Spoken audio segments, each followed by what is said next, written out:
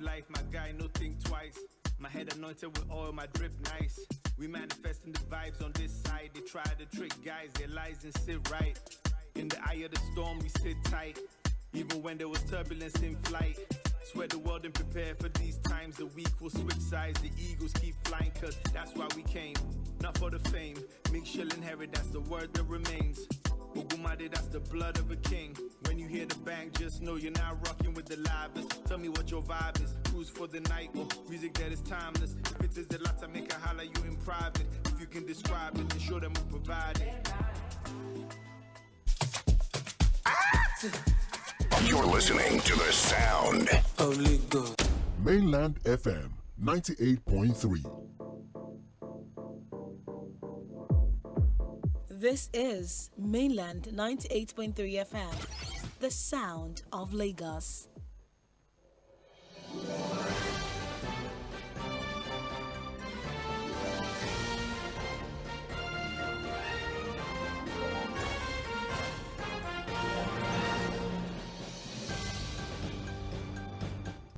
Good morning and welcome to Trends in the Papers on 98.3 Mainland FM, the sound of Lagos. Well, it's a beautiful Friday. I know that a lot of us are probably apprehensive as regards, all of what is happening around us in the country at this time. But it's still also very important to keep the energy up, keep the hope alive, and just stay strong.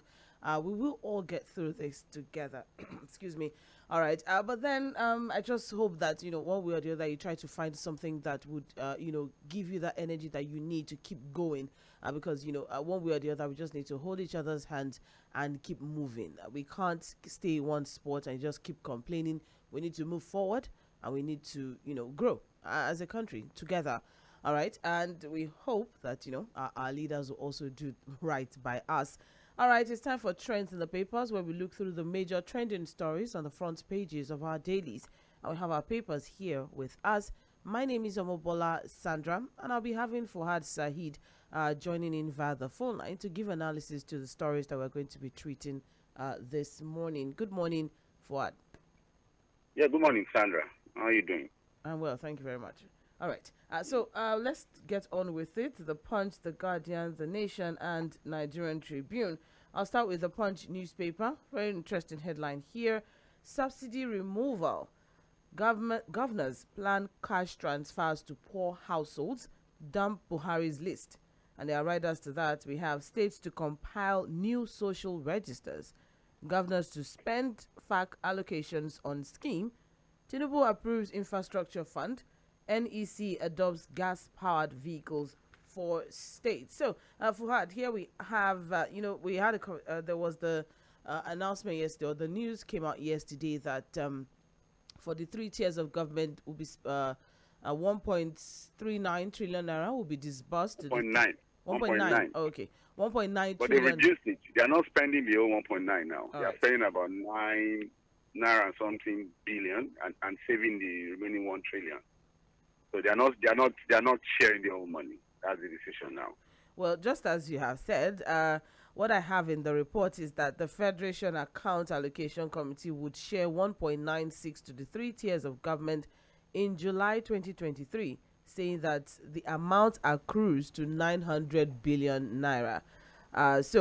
What I have here is that contrary to the widely reported news item that FAC was going to destroy about and so on training, I think it is one of the ways to moderate the possible impact of the shock on the system to distribute, I think, barely just 900 billion naira of that.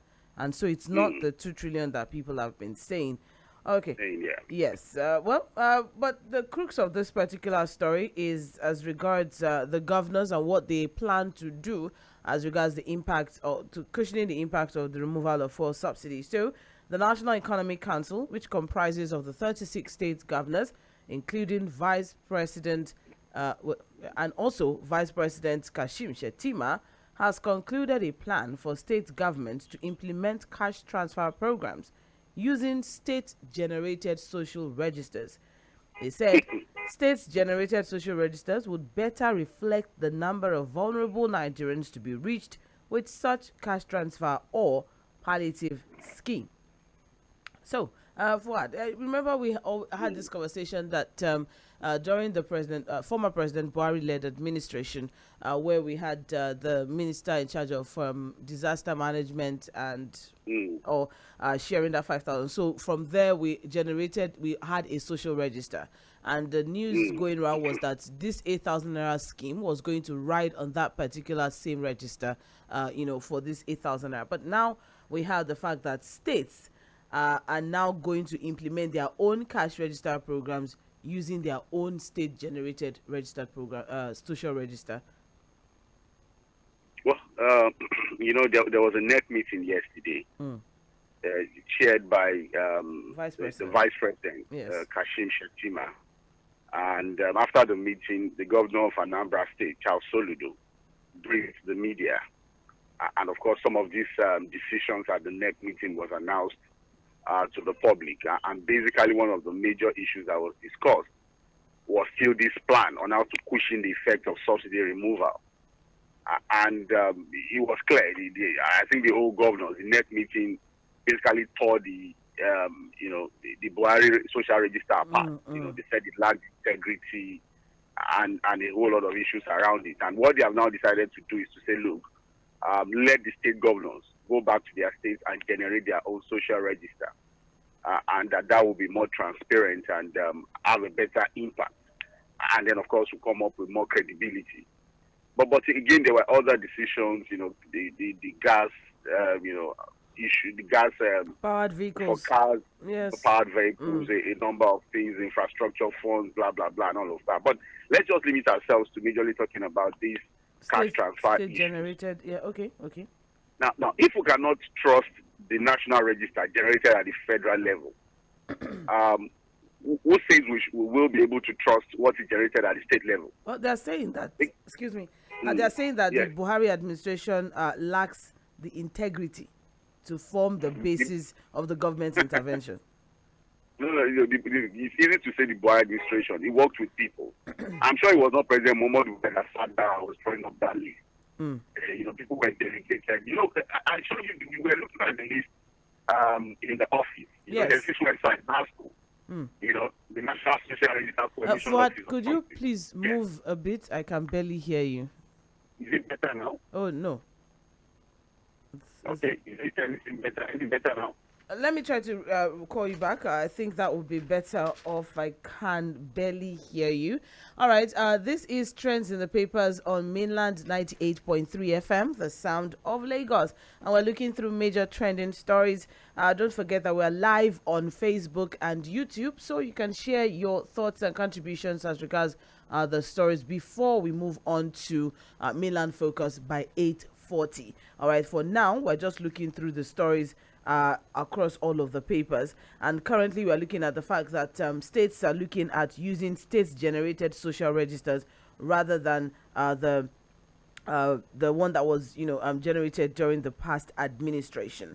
So and the reason, or justifying the need, Anambra State Governor Chukwuma Soludo said the existing version compiled by the Buhari administration lacks the integrity to form the basis of the government's intervention. All right, Fuad? Yes. You know what would happen, Sandra? Again, I hate to make some of these predictions. What would happen is that the governors want to be in charge of this fund. And like every other fund that, the governors have access to, it's either the fund ends up in private pockets or corrupt politicians, or they use it as a bait for political patronage. So what would happen basically is that the list will be more about people who are able to squeeze themselves through to make the list. Party faithfuls, political jobbers. The list could be well padded. You know what you call, you pad the list. You pad it up, so that's what will eventually happen. And that's why we're saying that, look, anybody can continue to, fight us with this our opinion on the fact that, look, the way the subsidy was removed was completely erroneous. All of these things about now, look, you can see everybody's camping about for a plan. There was no plan. And that's why you see that they tinker with it, they look at it again, they review it again.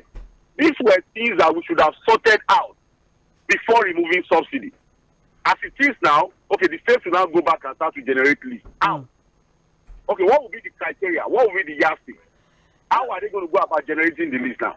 Wow. From the state level. So it's going to be the same of the same, because what would happen is still the fact that, look, the governors are better empowered now to use those funds as a bait for political patronage. Party members, party faithfuls, which may well be well padded, and then how can we subject the list from the state level to integrity test?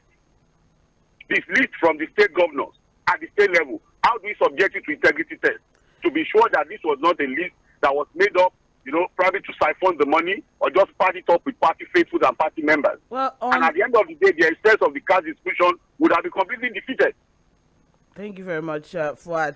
There's still so much aside from the cash transfer. I'm also seeing here, aside from cash transfer and the fact that governors are proposing a state-generated register, which they said is aimed at enhancing integrity and reliability. Well, I also have here the NEC also proposed the implementation of a 6-month cash award policy for all public servants. All right, the 6-month cash award policy, the governor of Ogun State, Dapo Abiodun, said would allow sub-national entities to pay their public servants a prescribed amount of cash monthly. And the implementation of this policy will be based on the individual capacity and priority of various states. Sandra, Yes. Sandra, would that be added to the new minimum wage that the NLC is negotiating? Okay, so on the amounts to be doled out under the cash transfer program, the Anambra State governor said there will be no uniform figure, as it will depend on the capacity of the respective states. Because so he some said, states can do 2,000. Because he said state governments with outstanding salaries and allowances, they have to prioritize. Yes, they have to prioritize that instead of implementing cash transfers. So they use these funds to outstanding salary funds. You can see the confusion, Sandra. So they are suggesting that it would be nice that the governors should implement cash transfers subject to their financial capacity. So the governors are hoping, some of the governors are owing salaries, are hoping to use this money to clear the backlog. The money that ordinarily should have paid. Because what he's saying is that basically for state governors that are owing salaries, a lot of them. So when the money comes, they'll first prioritize clearing those backlogs before they start to think of any cash transfer. And since there's no uniform figure, I can tell you, Sandra, that you will get some states in Nigeria that will do 2,000 naira. Some will even do 1,000.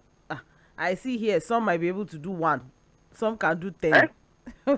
He already stated here that some will be able to do 1, some will be able to do 10, some will be able to do 20, as the case may be, depending on their capacity. That's it. So he said, there are people that will do 2,000. He said, for example, now, suppose you have a state where salary arrears of workers have been owed for 3 or 4 years. In that case, the priority is start paying some of the salary arrears, before we can now move on to, paying the cash award policy. And also, Fuhad, is the fact that during the NEC, there was also the NEC meeting. They also proposed negotiating a new minimum wage as part of medium and long-term strategy. Now, my question to you is, proposing a new minimum wage, and you have states that are owing as much as 3-4 years, salaries. Do you think it is something that's visible at this time now? It is Sandra. Everything is there's so much confusion on this particular issue now. Because if there are states that will prioritize state of backlog. Fuhad, please could you move a bit? Yes. I can barely hear you. Can you hear me now? Okay, it's a little bit better. Please go on. So what I'm saying is that, look, if there are states that want to prioritize the paying of salaries and backlogs and all of that, the problem is, you see, what we're going to have is that, look, these monies will get to the state governors and eventually decide on how they want to share it. It will still be the same story we are talking about. The lack of transparency, corruption, most likely this money is ending up in the hands of corrupt politicians. They will use it for political patronage. And that's why people are against any form of cash transfer. If these governors are now questioning the cash transfer policy under the... Remember that we kept questioning the cash transfer policy of the Buhari administration. supporters of government there were all in insults and all that we don't know what we're saying. That the thing was working. And that it was now that the governors are still the ones now saying that that particular exercise was completely fraudulent and lacked transparency. But the reality is that the same thing, if it is given to the governors, we are still going to have the same issue. How do you generate the list? Who will be on the list? Who is going to compile it? Oh, party members? That's what will happen. And whoever can squeeze their way into that list. You know, Sandra, I don't know. When I keep saying that Nigerians should take care of themselves, some people felt I was just being too, paranoid or something. But the reality is that, look, the entire exercise shown that the government does not have a plan. All right. It's as simple as that. That's why they keep tossing it around. They turn it there, turn it left, turn it right, throw it up, bring it down. And the confusion is evident. It's evident from the way this thing is going. All right. Thank you very much, Saheed Fuhad. Let's move on now. Still on that particular story, where we have the Federation Account Allocation Committee has said they will share, it is going to share 907.05 billion naira among the 3 tiers of government for June 2023. And this figure represents a marginal increase compared to what was shared in May 2023, and it is actually the highest they're sharing this year, and the second increase following a constant decline since January. All right. But then the total amount includes gross statutory revenue, value-added tax, electronic money transfer levies, exchange rate difference revenue. So the distributable revenue comprised so many other figures. You can get all of that details here on page 2 of the Punch newspaper. But then moving further, let's quickly just talk about this money that will be shared. Still on that. I haven't left that. I just didn't want to roll out the figures one by one. Yes. They also disclosed that a gross statutory figure of 1.15 trillion naira was received for the month of June, which was higher than what was gotten the other month. So for the month of June, the gross revenue available from the VAT was 293 billion. It's a lot of figures if you look at it all. But then, sharing all of this amongst 3 tiers, the 3 tiers of government, that's the federal, the state, and the local government. Whether or not it will get there, but that's what he says in the report. For what says you? Ordinarily this should ordinarily come as good news. The fact that, look, to a great extent, these policies seems to be giving more revenue to government, more money to share, more money to deploy, to better the lives of the people. It should ordinarily be a good news. But again, the reality is that these monies would not spend. It will still have to be spent by people in government functionaries, public officials, and all of that. And that's why Nigerians are saying that, look, you might bring up all of these policies that seems to be giving a lot of burden to ordinary Nigerians to raise revenues of government. But the question is this: how are we going to spend this money? Can we trust the government to now judiciously spend this money to better the lives of ordinary Nigerians? And the only way to begin to see that is to begin to see the expenditure pattern of government. For example, the idea of giving 70 billion to legislators to support their working situation would not give anybody confidence and assurance that the government will be prudent about spending public funds. If you understand what I'm saying.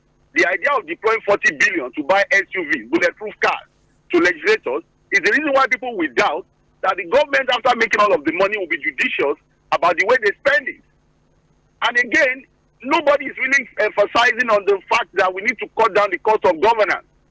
The idea of having 40, 50 vehicles in convoys, all manner of bogus allowances. There's also the issue of white elephant projects. Projects that are deliberately embarked upon by these governors, to siphon money. Projects that will never end. It keeps going. They keep deploying money. So again, we can make all of this money, which is supposed to be, a good one for the country. Probably reduce our borrowing pattern, reduce our debt issues, create more money, make more money available for government, again, with so much burden on the people. But the big question is, Sandra, can we trust the government after making all of this money and sharing it to judiciously use the money to better the lives of the people? That's the big question, the trust deficit. Thank you very much, Fuhad. Because from that same report. In a separate statement, however, from the State House, Special Advisor to the President, Dele Alakis, said that the President has approved the establishment of Infrastructure Support Fund for the 36 states of the Federation as part of measures to cushion the effects of the removal of petrol subsidy on the people. And this new infrastructure fund will enable states to intervene and invest in the critical areas of transportation, agriculture, health, education, power and water resources, create jobs and deliver economic prosperity for Nigerians. So I think we can also write. Okay. Sandra, these are familiar stories. These are, I'm not too young. I'm not, after so many years of listening to the same rhetoric from government after government, you get familiar with statements like this. Go check it. Every 4 years, even if we are going to just limit ourselves from 1999 till date, these are similar rhetoric from government. Oh, we are going to do this. Deploy money to health. Oh, improve on education. Oh, blah, blah, blah. It's not an unfamiliar statement or familiar rhetoric from government. It is always the fact that at the end of the day, when it comes to implementation, they are always found wanting. The reality is that education has not improved after so many years of having these similar statements come up. Our health system is still in complete chaos as we speak. Power is not has not improved in any way. Public infrastructure is still at the worst level as we speak. Do you understand what I'm saying? So, yes.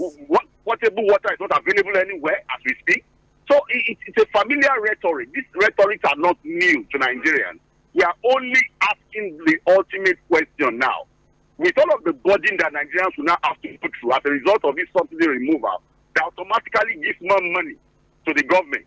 The question is, can we trust them to judiciously use this money to better our lives? That's the big question.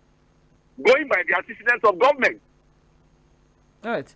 Thank you very much, Saheed Fuhad. This is still Trends in the Papers, and you're listening to Mainland 98.3 FM. Let's move on. Still on the front page of the Punch newspaper, Jam Saga. Soludo sends Mesoma on 3-month psychotherapy. And that is on page 8 of the Punch newspaper. Fuhad, are they blowing things out of proportion, or? I actually think that they should allow this young, because I think she's been moving around Abuja, press conferences, blah blah. I think she's just a young girl, 19 years. Yes. There are people who have made worse mistakes in life. They corrected themselves, and they are better adults now. I agree with what the state government is doing. She needs some form of therapy, counseling, but I think they should just allow the girl. Let her just be. She's apologized, which is the best thing that she could have done. And I think going forward, she should be guided. Look at adults around her. I actually think that we need to also check the people around her. Get somebody to mentor her to be a better adult and all of that. And I think let's just allow the young girl make her mistakes and correct it. It's normal. Adults even make mistakes. And somehow they correct it and move on in life. I just think we should cut her some slack and allow the young girl, get back to normal. Probably, like I said, whatever she got in the last jam, still in this jam can still get her admission into a university. And who says she can be the shining light of Nigeria in the future and coming back to contribute better to the society. She still has years ahead of her. She's a young girl, and I trust that she'll get better and understand that she made a very grave mistake that she can always correct. All right, thank you very much, Fuad. Moving on, that story is on page 8 of the Punch newspaper. Moving on now, we also have here, PSC promotes corp assaulted by Sheun Kuti and 14,053 others. I don't know why that was highlighted there, but they just wanted to make it a news. Policemen were promoted, and it was one of them. That's all. But they just had to highlight that. Very important. Was it because it was slapped that it was promoted? Well, Fuad, I don't know. I don't work with the Police Service Commission. No, I'm just saying that our paper editors were just trying to, exactly. I wonder why that. Yes, it seemed like to remind us that it was slapped. It was assaulted. But he said he was in coma at some point. That was the report, right? Has he woken up? Is he out of coma? Has he woken up? Maybe he's back. Yeah. That's interesting, though. But policemen were promoted, really. Yeah, I think the editors were just trying to really, make a news out of that one, yeah. All right, more details on page 8 of promoted police officers by the PSC of the Punch newspaper. Also, we have here, ignore statement announcing oral rights. Lagos tells residents. Just very, very quickly, on page 6, we have here the Lagos state government has told residents to disregard a viral notice announcing a planned land cleansing ritual or Oro traditional rites in parts of the state. The on-site notice said all females and non-indigens are advised to keep off and stay indoors between 12 a.m. and 5:30 a.m. on Thursday and Friday. And it said that it's scheduled to hold in 16 communities. Some of the communities: Ijora, Badia, Amuwo, Dofin, Ojota, Ikorodu, Shomolu, Bariga, Igbobi, Ojodu, Isheri, Solo, Kota. It's a long read. But then Gwega Kosile, the chief press secretary of the governor of Lagos State, has said it should be disregarded by residents. Well, it's okay. So we'll go with that. We'll go with, exactly. So there's no arrest, so we can walk freely. All right. More details on page 6 of the Punch newspaper. Moving on now, we also have here APC crisis. NWC members oppose Ganduje, tip North Central for chair. So there's zoning issues now in the APC. It's not even zoning. It's about the individual Ganduje. No, they're putting it, they're hanging it on zoning. That's what they are saying. So I'm going to work with that. It's an excuse to reject someone in politics. Yeah, exactly.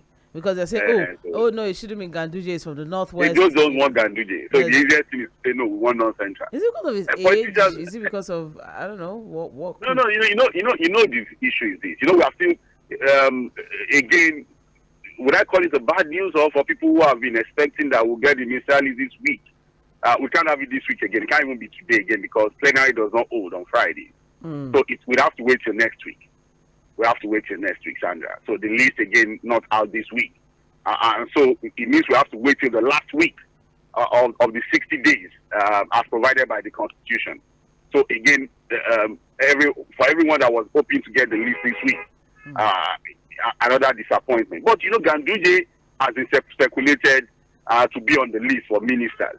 And there have been a lot of pushback, especially from people in Kano State. A lot of them upping it on the issue of corruption. The Gandola video, where it was seen pocketing videos and dollars. Yeah. So that has been the pushback from Kano State. You know, political stakeholders. I think one of the biggest people that will also be pushing back on Ganduje becoming a minister will be the former emir of Kano, Sanusi Lamido Sanusi, who I think is also close to the president and the presidency, who seems to have their ears. Kwankwaso is also a friend to the president. We know the relationship between him and Ganduje as we speak. Incidentally, Ganduje was his former, deputy governor. So there's that pushback from Kano State, giving the slot of Kano to Ganduje as minister. So I think somehow it also came out that, well, maybe the president was looking at the option of making him the chairman of the party. Now the National Working Committee has rejected him again. Wow. Saying that they want somebody from the North Central. It's okay. All right. Well, we wish Ganduje all the best, and APC knows what they want for their party. We move on from that. That's on page 9 of the Punch newspaper. We also have here, military destroys 23 illegal refineries, arrests 60 oil thieves. This conversation will never end.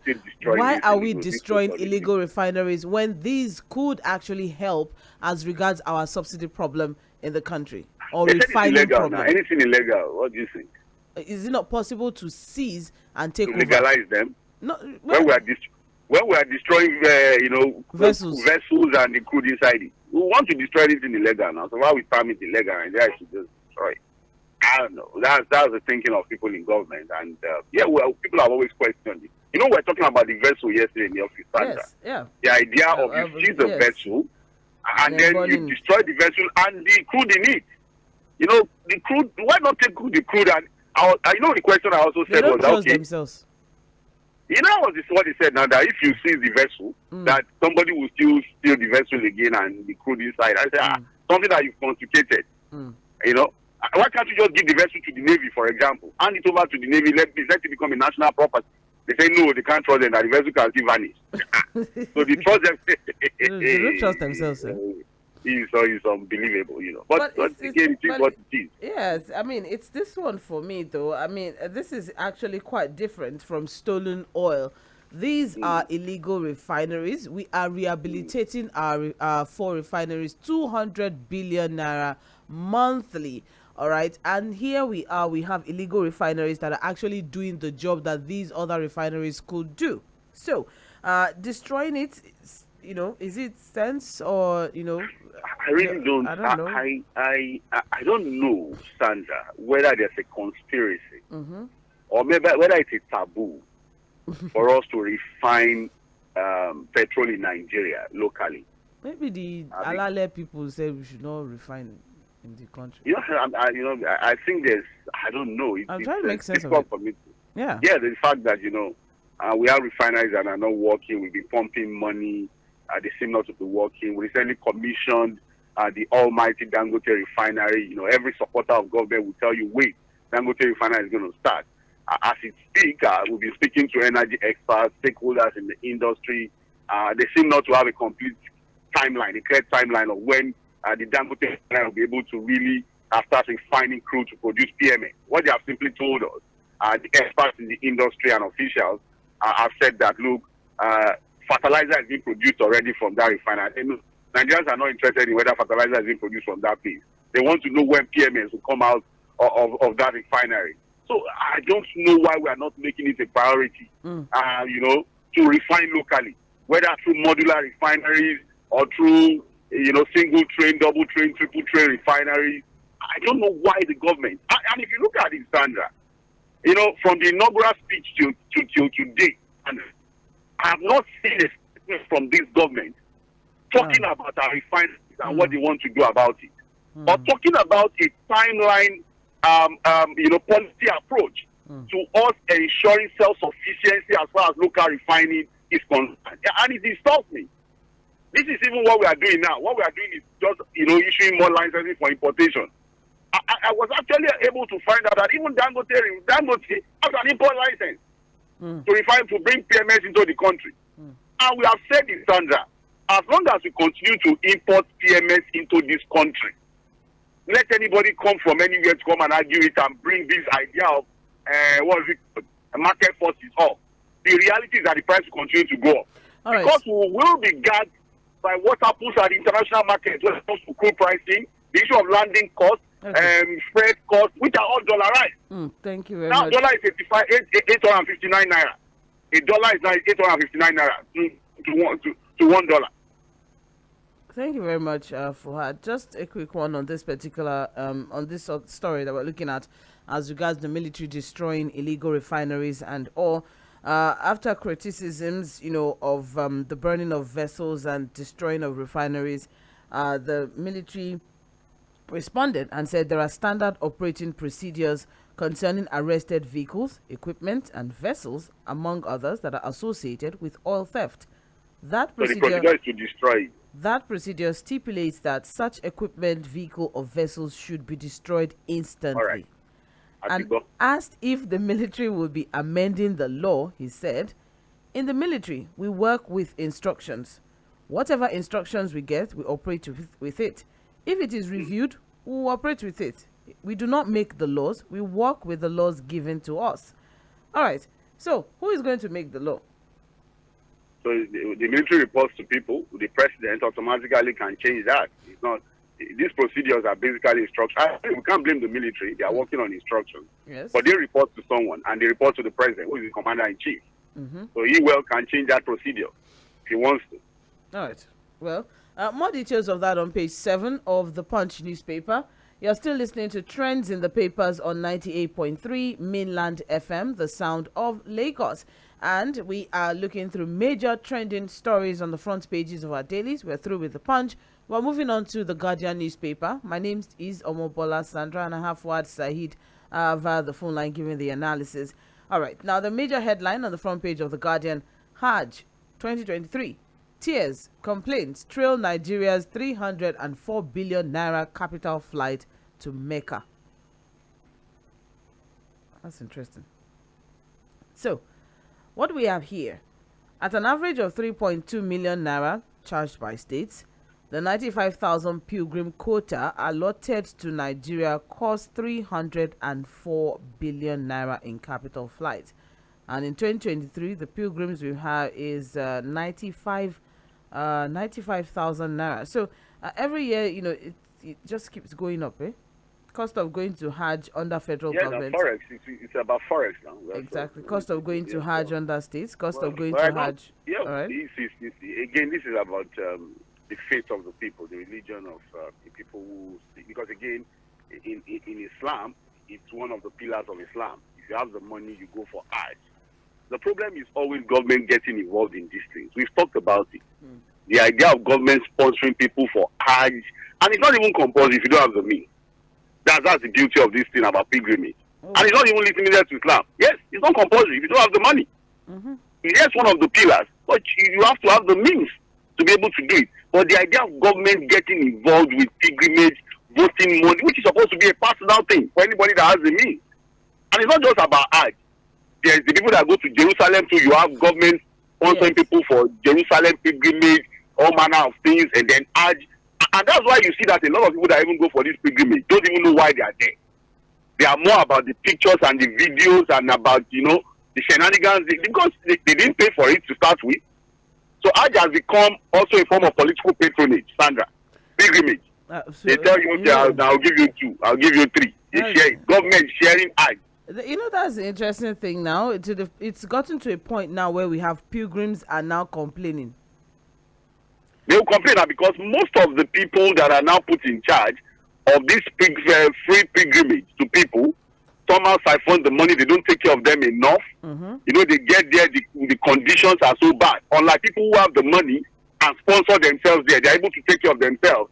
They are booked in the best hotels, they get the best meal from the travel agencies or guys. But the one from government, the free one, government officials, half of the money they want to keep in their pocket. So the treatment is bad. They don't return on time. I'm sure some of them have not even returned now, Sandra. Yeah, that's the way the complaint is coming from now.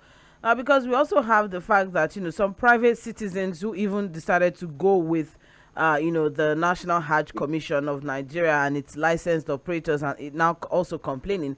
We have someone here who said she spent 6 million naira for the exercise, but then she was a victim of delay and cancellation. And now she says she has changed her agent, but it's still the same. So I really don't understand, what exactly could be. It's just about tidying up the whole thing. Looking at agents, for example, working with the Hajj Commission, the Pilgrimage Commission, looking at ensuring that there are standards. Everybody just wants to become Hajj agents. You travel 1 or 2, you understand the routes, you're already an agent, you're taking people to Hajj. You exploit them and make it very difficult for them to enjoy the exercise. So it's just about tidying up that entire exercise, set standards for people who should be able to take people there. And also ensure that government, to a great extent, answer from these things. If you have the money, you go. Instead of burdening the resources of states, you now have politicians using this as a form of political patronage or thank you to political jobbers and associates. And Hajj, for me, is a spiritual thing, the personal thing, and the condition is that, look, if you have the money, you go. You don't have the money, you stay back. It does not reduce your level of being a Muslim. Well, aside from that, you also have private, private travelers. Let me put it that way. People who are not necessarily going under the government arrangement, who are also complaining as regards the logistics, spending about something that used to cost about 700,000 naira some 7-8 years ago, now costs 4 million naira. Now it's usually forex issues. That's yes, forex. But then paying that amount of money and you still have to go through, so much stress and all of that. It's another issue that is coming up in this particular report. But then the details. I know there are travel agents who do fantastic job when it comes to pilgrimage. So those people complaining should check, the agents they are working with. We want to do advert. I won't mention names. I just know that there are people who do fantastic job. All right, thank you very much, Fuhad. But more details on pages 4 and 5 of the Guardian newspaper as regards tears and complaints trailing Nigeria's 304 billion naira capital flight to Mecca. All right, moving on from that particular story, with 1 week left, Tinubu's ministerial list fails to surface at the Senate. And that is on page 6 of the Guardian newspaper. The much anticipated ministerial list. What is going on? I think he has less than 8 days now to, push things up, put things together. We have riders here. Senate dismisses talk on ministerial list. sets up Committee on National Assembly Internal Security. Senators stop TCN from obtaining $155 million World Bank loan to manufacture meters. TCN is requesting for loan. That's interesting. All right. Also, implementing 35% affirmative action include women in cabinet, reps tell Tinubu. So, after raised hopes, it was an anticlimax yesterday as the Senate failed to announce the arrival of the list of ministerial nominees reportedly submitted by the presidency. So, contrary to the expectations of Nigerians on the ministerial list, the Senate, shortly before commencing the legislative business of the day, which was their last for the week, that was yesterday, went into a closed-door meeting, heightening hopes that it was about to brainstorm on the cabinet nominees, but and then they came out and nothing happened. So the Senate entered into the closed-door session at 11:59 a.m. They came out around 1:41 p.m.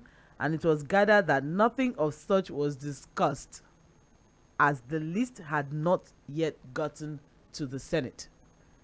What exactly is going on with our list? And is it possible? Like they stay in the street, pressure to what?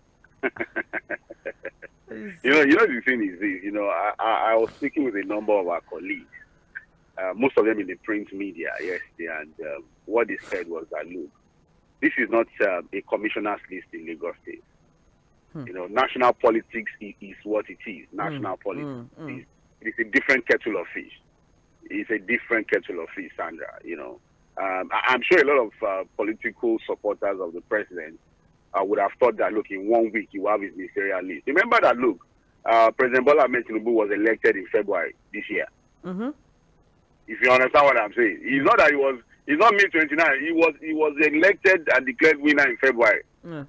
Forgive me, Fuhad. Just to add, let's also not forget the fact that prior to when campaign started, there was a lot of consultation, a lot of traveling across the country, and the fact that the president has also mentioned that it was a lifelong dream, for him. So, but then, just as you mentioned, now we are talking national politics. Could that be the cause for pressure now? As you guys are. Different intrigues, different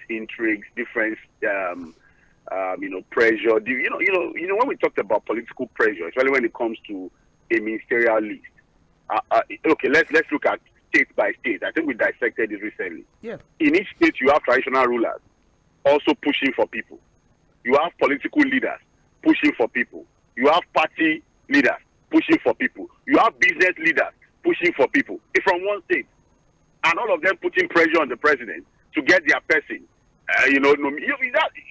Traditional rulers are calling you. Your political associates are calling you. You are also looking at your own interest as a president, for example, because they are going to be working with you.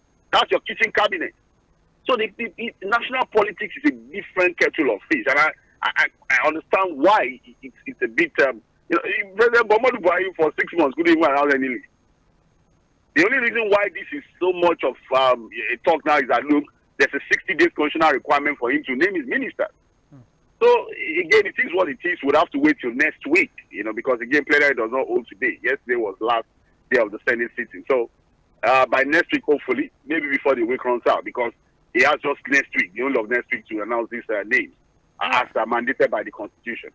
All right. Meanwhile, the Senate yesterday suspended the Transmission Company of Nigeria from obtaining a loan facility of $155 million from the World Bank for mass production of local meters.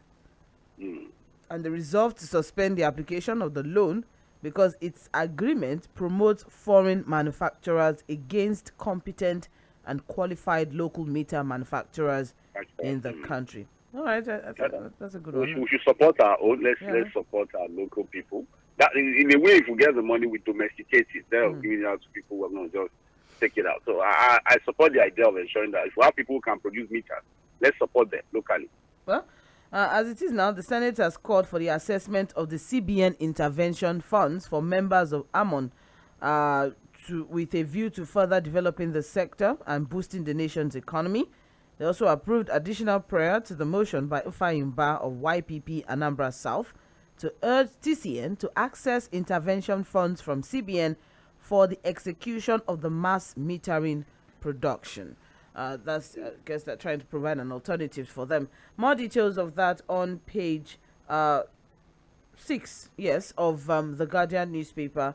We also have here NNPCL in major merger amid race for profitability. Oh, that's interesting. Let's see what we have here very, very quickly. We don't have so much time. On page 3, there are indications that Nigeria National Petroleum Company Limited has collapsed some of its subsidiaries in a major shakeup aimed at cutting costs and boosting profitability. So not less than 6 subsidiaries were reportedly affected, and the move is sacrosanct following changing landscape of the global oil and gas industry and also the passage of the Petroleum Industry Act. So the company's global oil shipping firms, Nidus Shipping Services, Nikoma Shipping Services, which were reportedly set up in 2008 for LNG shipping and marine logistics, have been merged to become NNPC Shipping Company, reliable sources have said. In another development, we also have some other services also having to merge to form NNPC Services Limited. There's a lot of, just mergers, trying to cut costs, and also, maximize their profitability. All right, so that's on page 3 of the Guardian newspaper. Let's keep moving now. Very quickly, we also have here 4-day-old survives as couple children die from generator fume. Generator fume, yeah. In Anambra. And that's on page 8. Yes, very unfortunate, but well, thankful for the child. Avoidable, I don't know. Mm-hmm. Yes, it is actually avoidable. People who turn on their generators and then sleep off, but then the generator is probably a small generator. That's, yes, that I better pass my neighbor. It emits so much fume, and then they leave it by their balcony or veranda or by their door, and then you sleep off. But that is very dangerous. Please, let's try to avoid such. And still in that particular energy, let's also try to avoid storing up fuel in our houses. That's another thing that we should also be wary of. All right, more details of that on page 8 of the Guardian newspaper. Thank you very much for staying with us. Let's quickly look through the major trending stories on the front page of The Nation. And the major headline there says NEC OK subsidy paying cash for poor workers, SMEs and others, governors to drive sharing of palliative. So the proposals that have been brought forward by the governors, we have 1, cash transfer to the poor using state social register. 2, tax-free payment to public servants for 6 months. 3, payment of outstanding liabilities to public servants. 4, funding of small businesses with single-digit interest loans. 5, transition from petrol fuel to gas-fueled vehicles. 6, federal government to give 252,000 metric tons of grains to states at subsidized rate. 7, NEMA to provide palliative package. 8, CBN to make rice available at subsidized rates. Rice. Yeah. 9, fertilizers to be made available to assist farmers. And 10, new minimum wage for workers to be negotiated. So for what? 10 proposals. Which are you going with, and which are you using bombastic side eye to look at? If properly implemented, it all looks good. You cash transfer. All right. Single-digit loans for SMEs, fantastic. If people can truly implement it and make it more, available to SMEs that really need the money. Fertilizers, rice at subsidized rates. I don't know how we want to do that so that it doesn't become a racket. All of those things look very good, but again, implementation standard. Again, you can't blame anybody that keeps doubting the rhetoric and announcements from government. We have, a very strong history of failing, making too many promises and delivering nothing to the people. So it all looks good, but let's see how this will be implemented. Thank you very much, Saheed Fuhad. More details on page 4. page 4 of the Nation newspaper.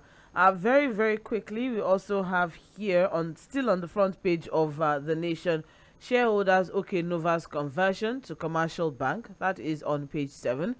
More Nigerians now apply for passports, says NIS. And that's on page 28. And Japa. I don't think it's Japa.